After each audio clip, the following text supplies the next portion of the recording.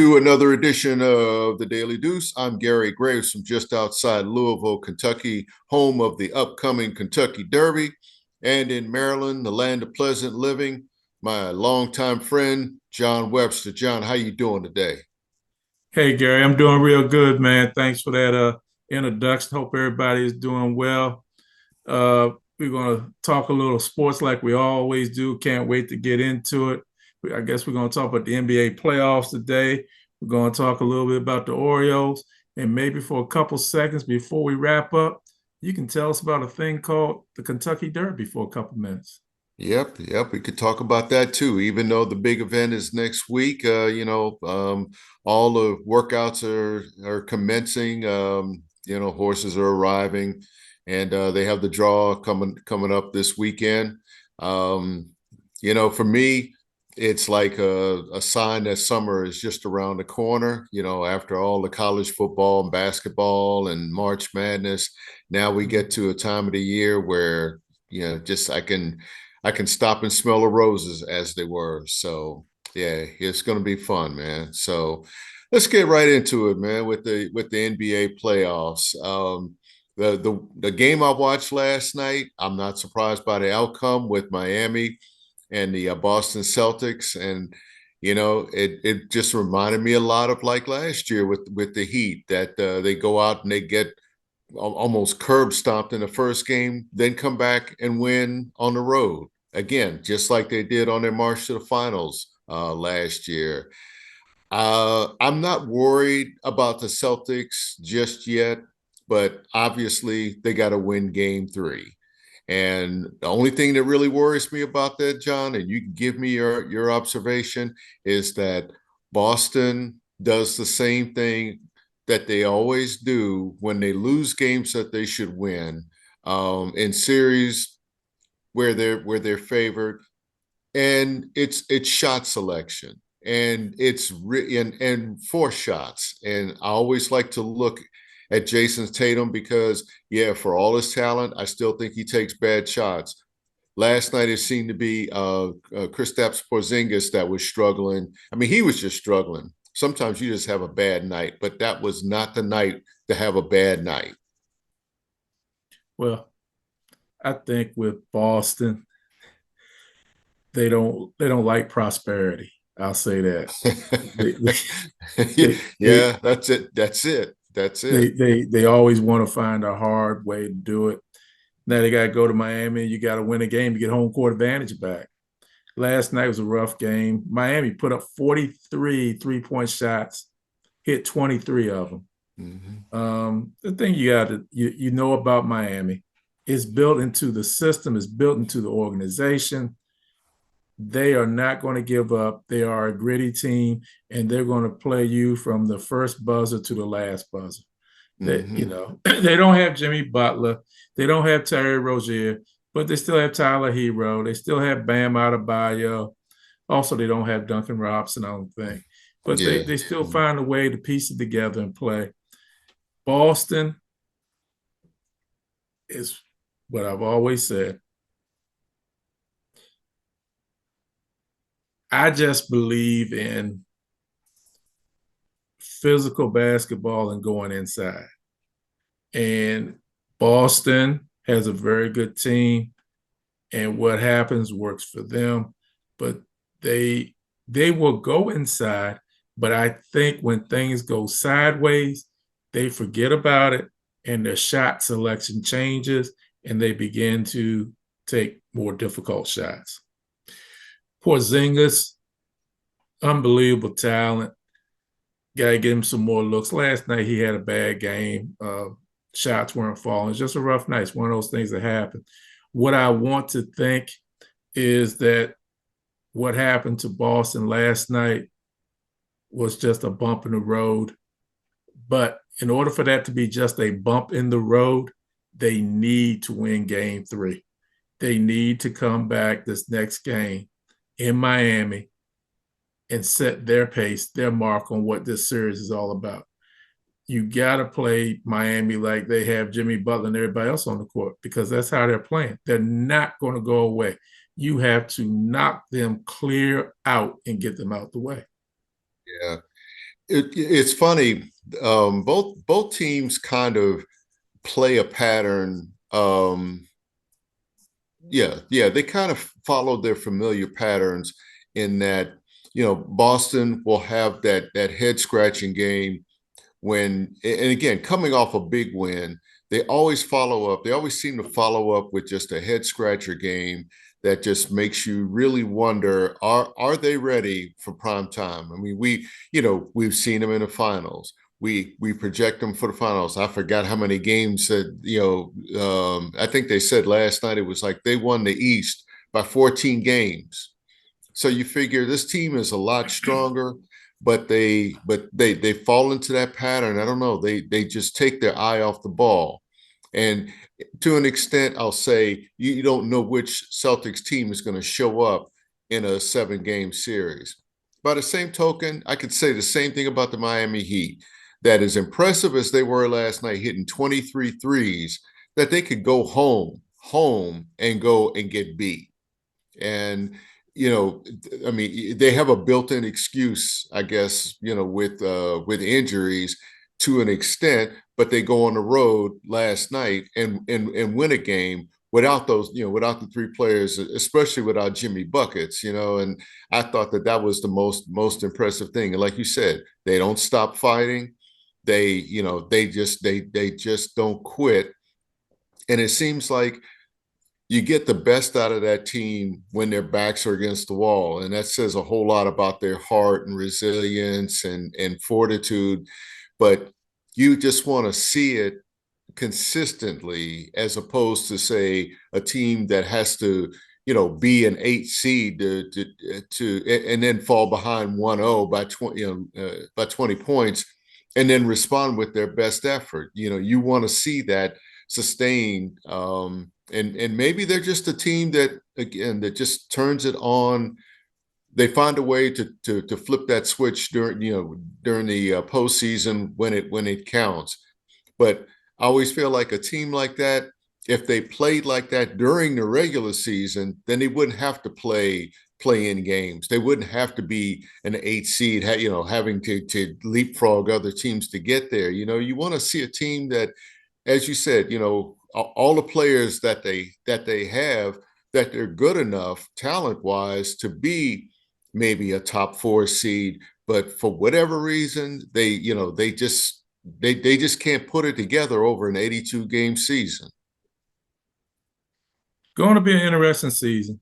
I Yeah, mean, interesting playoff with these two teams. They know each other quite well, played each other many times. Boston needs to set the standard and come back in the next game with a win. yeah, That's what they need to do. They yeah. need to set the standard. And What's right now, I want to say this is a bump in the road, Gary. But if they mhm. don't win the next game, it goes up a level from a bump in the road. Yeah. Oh yeah. Oh yeah.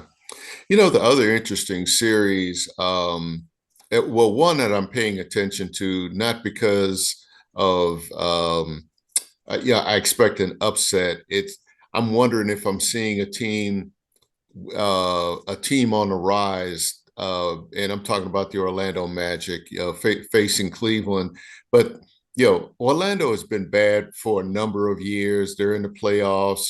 They drafted well. They've developed their talent, and they're in there. And it's one of those series where, yeah, they're down 2-0, but it's a 4 or 5 seed series, and I could see them coming right back and making it 2-2 at home. What do you think? It's Orlando's young. They're up and coming, like you said. The kid Panchero, if I'm saying his name right, I think he's going to be quite a player Mm-hmm. in the league. Oh, Paulo Um, Banchero. Yeah, yeah, I man, make the yeah, mistake too. yeah. I think he's going to be quite a player. Um, the old saying, Gary, a series does not start until a road team wins a game. Mhm. So we're getting ready to go home to Orlando. Let's see what happens. Mitchell has had a good series so far for Cleveland. We'll see. These are both two teams that I think they're young and they have a future, but I don't see either one of them making a distinct noise in the playoffs this year. So we'll see what's going to happen. But they're young and they're exciting to watch. Yeah, yeah. Well, what I like about Cleveland, of course, I'm a big Donovan Mitchell fan, having covered him here in college at Louisville. Um, and having seen the kind of player he's been almost from the moment he set foot on the court. Um, and he actually seems to like it there, but like you said, I don't see them going far in the playoffs because I still feel like they're missing one, maybe two more players to kind of get them to that next level. And Donovan Mitchell is a great player to build around, but they've got to they're going to have to do it through free agency because, of course, when you're a four seed, your chances of getting, like, say, that breakthrough player, that other piece, those chances go down. But again, they're a fun team to watch. It's just that that they can get through this round, but can they get through another round? Sure, you're right. We'll see what's going to happen. Yeah. Now I'll tell you. Now this is an easy one, and this is one I kind of peeked in on it before I finally had to turn in, but the Thunder and Pelicans in the West, and you know I'm sorry, not the Pelicans, but the Thunder. I'm looking at that team, and I'm thinking this is a young team, a very young team. You're only talking about maybe a couple players that have more 4 or 5 years experience. They win 57 games, and they're the number one seed. They're like the youngest number one seed in NBA history, with a coach who I hadn't really paid attention to. I'll be honest with, I hadn't heard about until last night. Likely coach of the year, and he's got them playing some of the best ball. I mean, they look like a team that was better than, say, the OKC teams with Durant and Westbrook. And I really want to couch how I say that, but John, they look pretty dominant last night. They've looked dominant in this series. They're playing well. Shea Gilgis, Alexander, Chet Holmgren. They're playing well. What's the other kid's name? Dolt, or something like that. Adult, yeah. Yeah, yeah, real scrappy guy as well. Mhm. They're doing some good things, but they're still young. One of the things with OKC, you look at their organization over the years, they've always had very good young players. What comes about with them is the young players usually don't stay. Westbrook, Harden, Durant, Paul George, whoever, because the money that they have set up is a small market, so they can't sign a lot of free agents. Sometimes that's what happens, unfortunately. I think they're good. Honestly, Gary, they're number one seed, but I think they are a year away. I don't think they do it this year. I think the Pelicans, unfortunate that Zion Williamson got hurt. I think he makes a difference. He makes a difference in this series. But Ingram's playing well. CJ McCollum hopefully can find his shot consistently. I think the Thunder win this series, but like I said, I still think they're a year away. They're a very good team, very very good team, but I think they're a year away.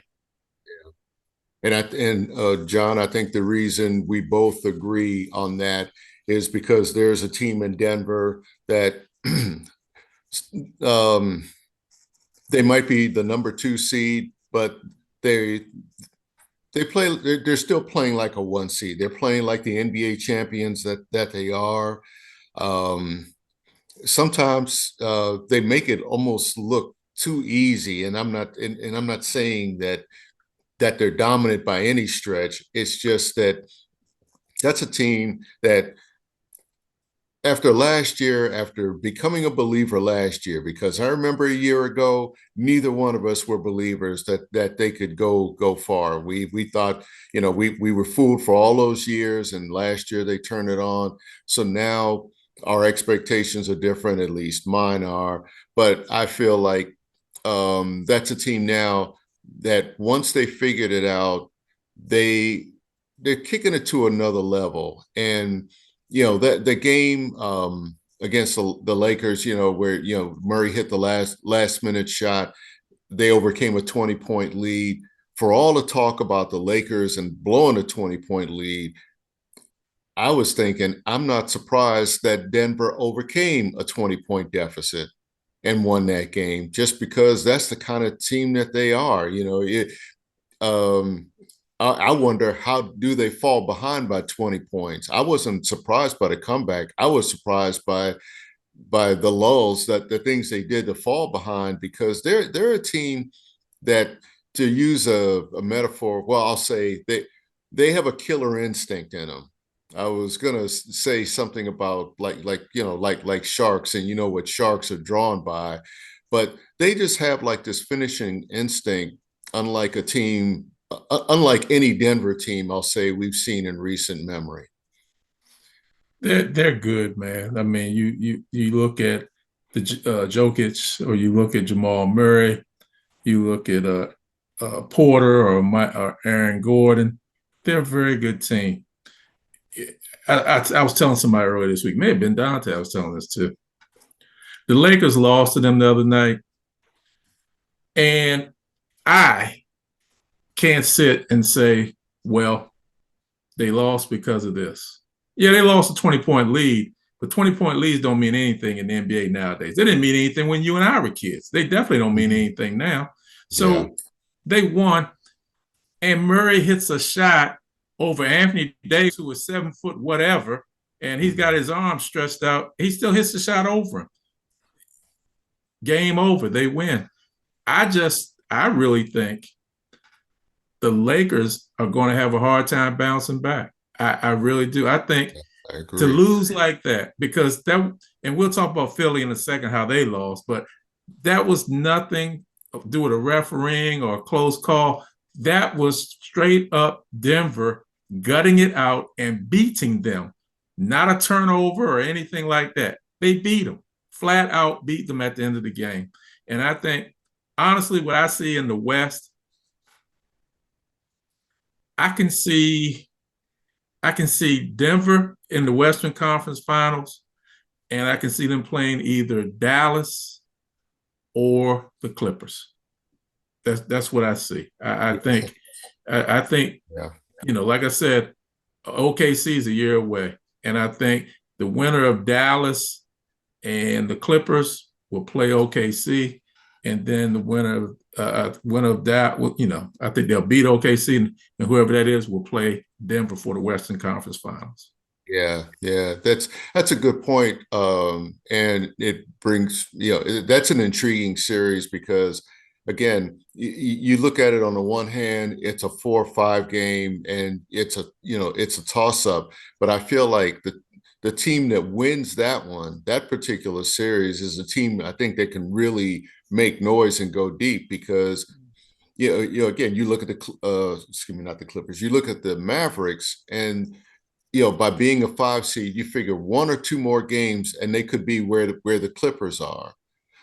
I have more faith in the Clippers than I've had in recent years, just because they it's not just that they're winning, it's just that they seem more seasoned. And of course, in a conference where you've got Denver and OKC, rapidly improved OKC, that they just didn't have enough of that energy at times. And of course they had some injuries at points during the season, but I feel like they have enough seasoning that they could go deep.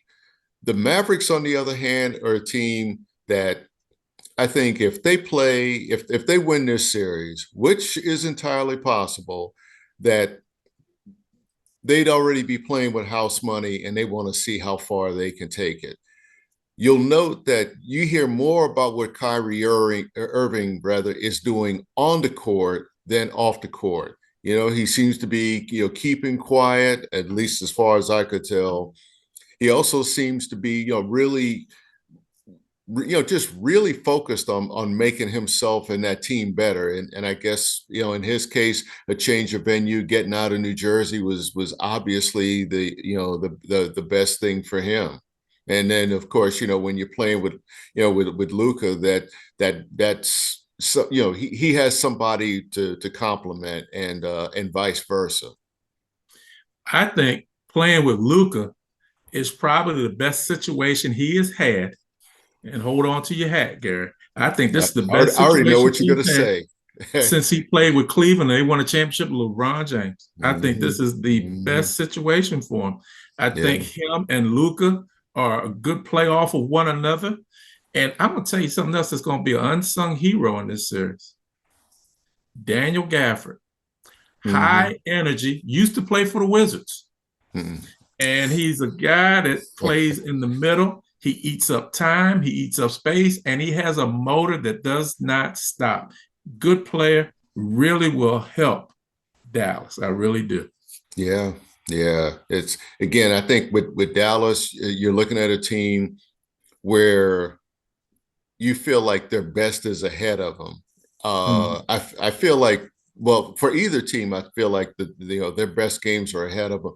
But for Dallas in particular, because let's face it, when that trade was made, when he got out of Jersey, we didn't know how that was going to turn up. We just thought, okay, well, you got him, you got him out of Brooklyn, and you just thought, well, Kyrie was gonna Kyrie, and that they'd be more known for what he says rather than what he does, and he seems to have found a home there. yeah, And I always, John, this is one of those intangibles that I always like to look at when it comes to the Dallas Mavericks, a team that I really have enjoyed watching for a number of years. Um, but the Mark Cuban factor, there's something I feel like, guys that come down there, yeah, they got old, um, uh, after their title season, but he's a guy that I think really he lets them be themselves, and in a way injects a bit of energy in them that I think that they feed off of. And Jason Kidd, I think, is also the right coach, for that team. Getting those guys there. You wonder why he didn't succeed in New Jersey, but again, maybe not the best situation. On the other hand, he's a guy that can go to Dallas, much like Rick Carlisle. When he went down there, because everybody thought he was a middling coach, and he had some of his best years down there. Won a championship, and I just feel like that's one of those. It's like going to Google, going to work for Google, where you've got couches, and yeah, you got couches instead of desks, and pool tables and video games and that kind of thing, and guys can get in there and just kind of relax and be themselves, and actually do their best work. totally agree, Gary. Totally agree. Yeah, yeah. All right, let's move on to baseball. All right, Well, John. hold 1 second, Gary. Before we What? move to baseball, let's talk a little bit about Philadelphia and the Knicks. Oh, that's right, You know, that's right. We just forgot we let's forgot that one. and Milwaukee and Indiana. Let's don't have to spend a lot of time, but let's give our audience a little bit about them. Hmm. What do you think? What do you think about that? Well, I'm not ready to write off Philly. I'm just not. Um, it's tempting to do so, but the Knicks are going to Knicks, and again, you just never know what's going to happen with that team. And I think Philly's got a chip on its shoulder now. The two games that they've lost are games that they easily could have won. We can talk about officiating, but we won't. But you know, I think Philly now has that motivation that they've needed, and of course, a lot depends on Joel Embiid, and whether he's going to be healthy or not healthy for the rest of this series. But I think Tyrese Maxey is good enough to kind of pick up that slack. I do.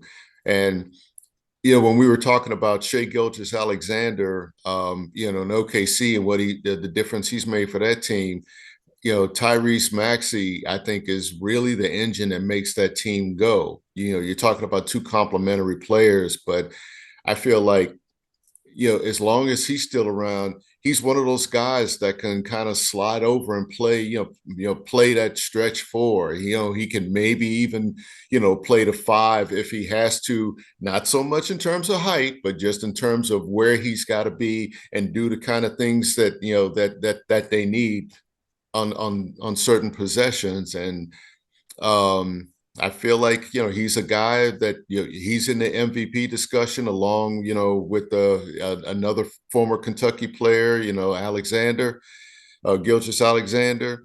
And again, if the Knicks win this series as their favorite to, it wouldn't shock me. Good for the Knicks because again, their window it's opening, but they have to take advantage of it while they can. They just can't miss chances like this while that window just seems to be there for them, especially again, if even at 14 games back, they were still the number 2 seed and they look like a better team, with Jalen Brunson.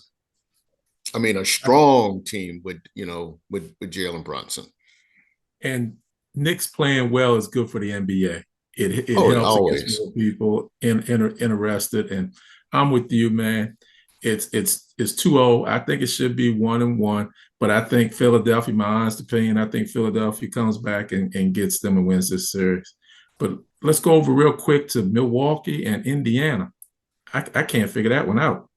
I can't figure it out either because that's one that should almost be a walkover for the Bucks. But John, like we've said about the Lakers for years, and gosh, it really pains me to say this about the Bucks because how much we have raved about Giannis, but on paper, I thought picking up Damian Lillard was a great thing for him. I think it has been a difference in winning some games, but right now I still see a Bucks team that, like the Lakers, they're mismatched parts. There's just something that that there's a chemistry missing there, and I don't think it's so much personalities. I just think it's styles, and that's a team they've gone from stable to dysfunctional. Remember, they fire a coach with a winning record in midseason. Not just And winning record, 31-13. that's right. Yeah. Yeah.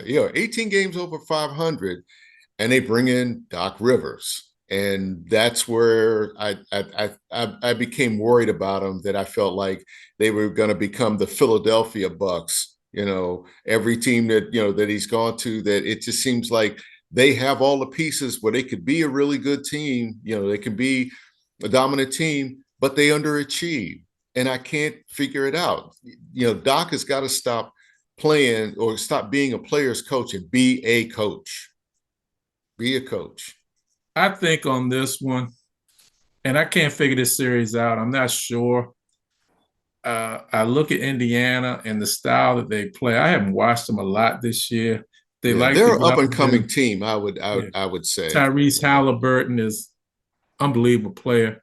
Mm-hmm. But and this is just me personally. How do I want to say this? I never knock anybody for getting a job, Gary. You know that. And I want everybody to keep a job. It's unfortunate Adrian Griffin lost his job. Mm-hmm. But I think Doc really wanted to get back in coaching badly.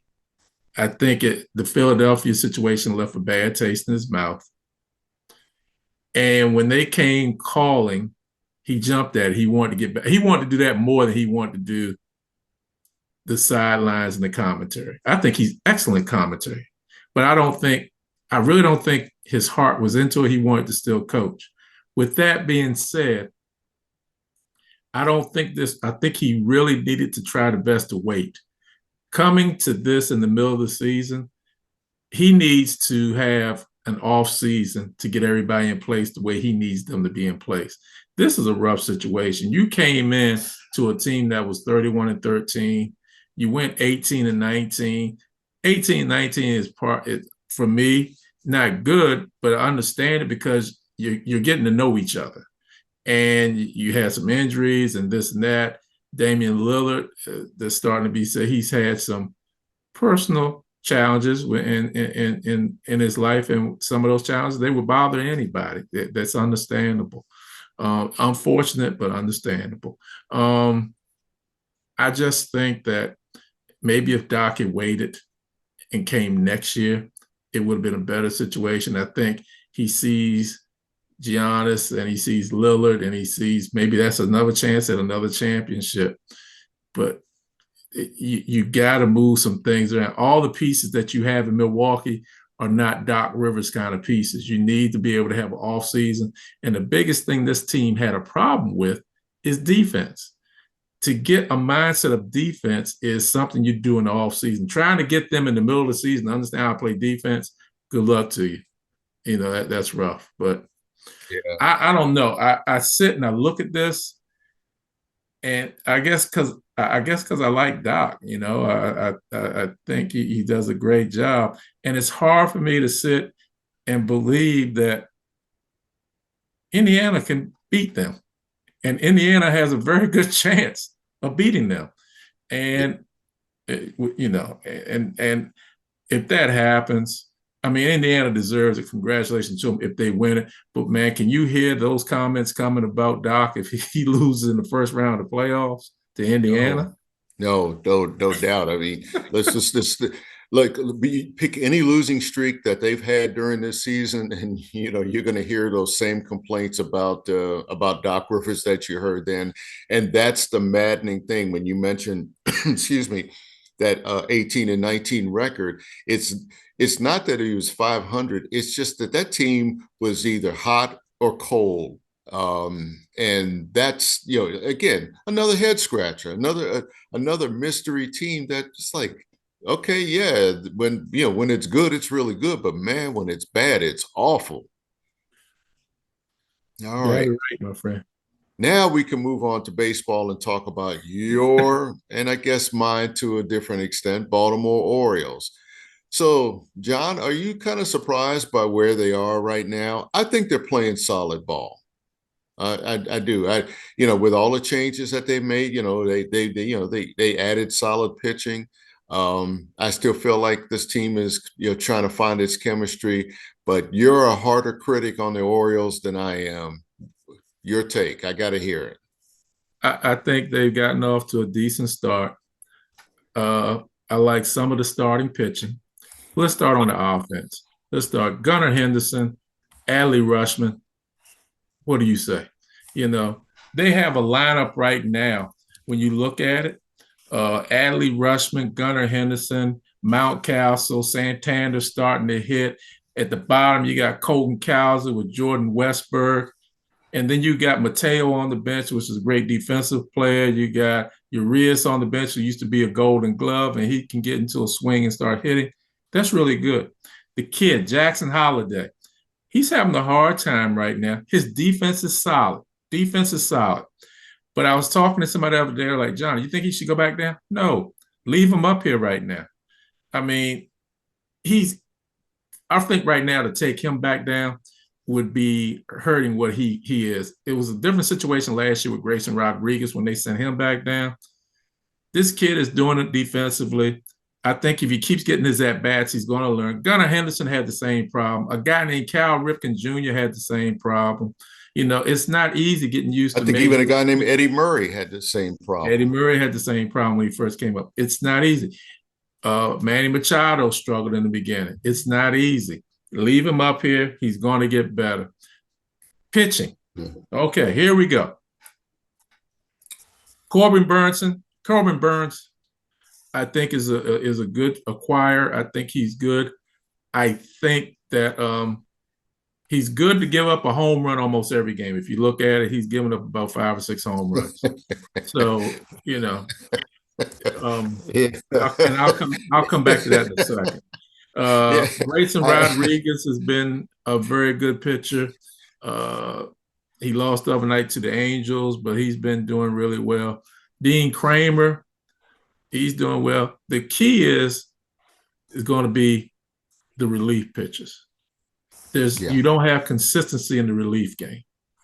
You had a game this weekend when they played Kansas City. They were winning 7-0. They brought the relievers in, and they ended up winning 9-7. Um, I think Brandon Hyde is trying to figure out because you don't have Bautista.